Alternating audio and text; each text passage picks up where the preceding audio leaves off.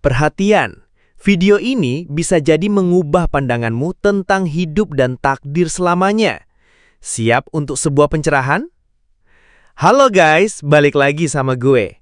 Kali ini kita bakal ngebahas sesuatu yang berat tapi penting banget. Kenapa sih orang baik kayak Mas Dani yang hidupnya di kota Tape malah sering dibenci? Kisahnya tuh gini. Mas Dani ini emang dikenal seantero kota Tape sebagai sosok yang ringan tangan, suka nolongin orang tanpa pamrih. Tapi anehnya, justru kebaikan hatinya itu yang seringkali jadi bumerang buat dia. Ada aja orang yang nyinyir, iri, bahkan sampai ngefitnah Mas Dani demi keuntungan pribadi. Padahal Mas Dani ini bener-bener tulus loh, gak pernah mikirin balas budi. Nah, di sini nih letak misterinya. Kita bakal kulik lebih dalam. Kenapa orang-orang yang punya hati emas kayak Mas Dani ini justru sering jadi sasaran kebencian? Apakah ini bagian dari takdir? Atau ada faktor lain yang bikin orang insecure sama kebaikan?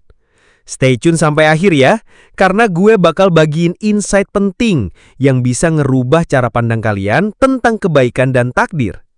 Bayangin aja, Mas Dani ini udah kayak malaikat tanpa sayap di kota Tape. Tapi kok ya nasibnya malah kayak gini? Jadi gini guys, setelah gue telusuri lebih dalam, ternyata ada beberapa faktor yang bikin orang baik kayak Mas Dani ini seringkali dibenci. Yang pertama, rasa iri dengki. Jujur aja deh, pasti ada kan di sekitar kita orang yang gak seneng lihat orang lain sukses atau bahagia. Nah, kebaikan Mas Dani ini bisa jadi trigger buat orang-orang yang insecure sama diri mereka sendiri. Mereka ngerasa kebaikan Mas Dani itu kayak cermin yang nunjukin kekurangan mereka. Yang kedua, orang seringkali salah paham sama kebaikan. Mereka mikir Mas Dani ini punya agenda tersembunyi atau pengen nyari muka doang. Padahal Mas Dani ini emang dari hatinya tulus pengen nolong. Yang ketiga, dan ini yang paling penting, Mas Dani ini ternyata seorang jiwa terpilih. Apa maksudnya? Jadi jiwa terpilih ini adalah orang-orang yang punya misi khusus di dunia ini. Biasanya mereka diuji dengan berbagai macam cobaan, termasuk dibenci dan difitnah. Tujuannya apa? Supaya mereka bisa jadi lebih kuat dan bisa menginspirasi orang lain untuk berbuat baik. Nah, dari kisah Mas Dani ini kita bisa belajar banyak hal. Pertama, jangan pernah berhenti berbuat baik meskipun kita seringkali disakiti atau dibenci. Ingat, kebaikan itu kayak bumerang, suatu saat pasti balik lagi ke kita. Kedua, jangan terlalu peduli sama omongan orang. Fokus aja sama tujuan kita untuk berbuat baik dan membantu sesama. Ketiga, kalau kamu merasa sering dibenci atau difitnah, jangan berkecil hati. Mungkin aja kamu adalah seorang jiwa terpilih yang punya misi khusus di dunia ini. Percaya deh, setiap cobaan pasti ada hikmahnya.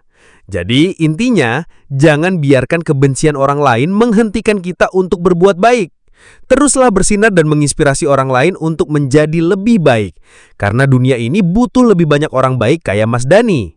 Oh ya, buat kalian yang punya pengalaman serupa, jangan ragu buat sharing di kolom komentar ya. Siapa tahu kita bisa saling menguatkan dan menginspirasi.